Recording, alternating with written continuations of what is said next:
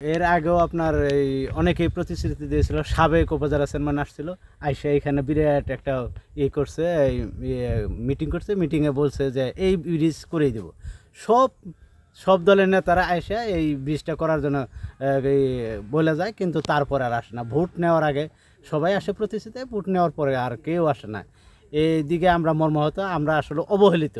গজারি ইউনিয়নবাসীর পক্ষ থেকে আমরা সর্বোচ্চ দাবি জানাই যে এই রাস্তাটা যেন এবং এই ব্রিজটা যেন তাড়াতাড়ি অতি সত্বর। আমি একজন এনজিও কর্মী। আমি প্রতিনিয়ত এই এলাকায় আমার যে মানে সমিতি আছে ওইখানে আসি কিস্তির টাকা আদায় করার জন্য, কিন্তু এই একটা ব্রিজ না থাকার কারণে অনেক অনেক সমস্যার সম্মুখীন হইতে হয়। এমন মানে হাইটাও চলাচল করা যায় না, এরকম অবস্থা হয়ে যায়। আর গাড়ি নিয়ে তো মানে বর্ষার সময় ঢুকাই যায় না, অসম্ভব। গাড়ি দেখা যায় ওইখানে ওই বাজারে রাইখা পরে হাইটে আসতে হয়। আমি মোহাম্মদ ফারুক হোসেন, প্রধান শিক্ষক, বাগদা সরকারি প্রাথমিক বিদ্যালয়। আচ্ছা, এই যে এই খালের উপর যে ব্রিজটা আছে, এই ব্রিজটা ওই উপর থেকে ব্রিজ অনেকগুলো ছেলে মেয়ে আমাদের স্কুলে আসে, এখানে কেজি উচ্চ বিদ্যালয়ে যায়, তারপর জনতা উচ্চ বিদ্যালয়ে অনেক ছাত্রছাত্রী আসে।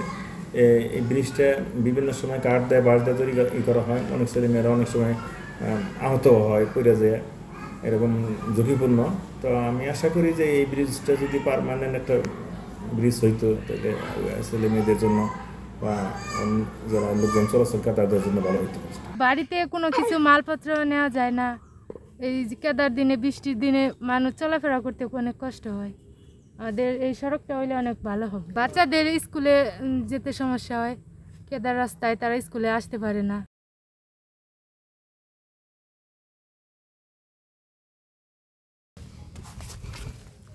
এখানে যখন বৃষ্টির দিন ছিল, এই পুরাটা ডুবা ছিল।